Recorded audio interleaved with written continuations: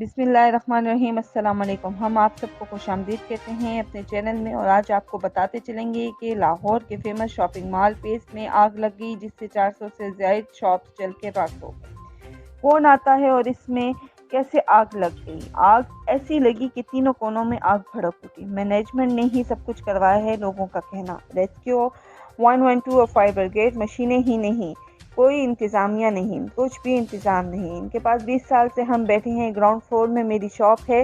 ایک آدمی کا کہنا ہے کہ جب میں شاپ کے لیے انٹر ہونے لگا تو مینجمنٹ نے مجھے روک دیا اور ہمیں اندر جانے کی اجازت نہ دی، جیسا کہ میری فرسٹ فلور پہ ہی میری شاپ تھی، بالکل گیٹ کے ساتھ ہی۔ اور 8 سے 9 گھنٹوں میں 4 سے 5 فلور تک شاپنگ مال میں آگ لگ گئی، جو جل گئی، بالکل جل کے راکھ ہو گئی، جن میں دکانداروں کا اصل نقصان ہے، جو ساری عمر کی جمع پونجی ختم ہو گئی ان بیچاروں کی۔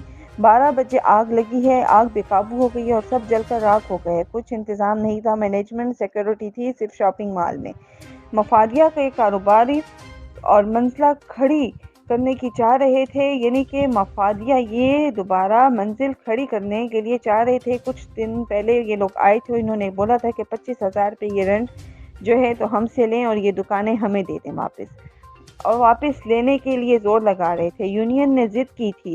شہباز نعیم اس پلازے کا مالک ہے، انتظامیہ اور مینجمنٹ سب غائب ہیں، ہمیں انصاف چاہیے۔ لوگوں کا کہنا ہے غریب عوام جو تھی وہاں پہ، جن کی شاپ تھیں، جو مزدورکار لوگ تھے، جنہوں نے کرایوں پہ بھی دکانیں لی ہوئی تھیں، ان کا بھی کافی نقصان ہوا۔ سب کا مال جو ہے تو جل کے راکھ ہو گیا، دکانیں جل کے راکھ ہو گئیں، پورا پلازہ جل کے راکھ ہو گیا۔ 8 سے 9 گھنٹے میں ایسی آگ بھڑک اٹھی کہ کچھ بھی دکھائی نہ دیا۔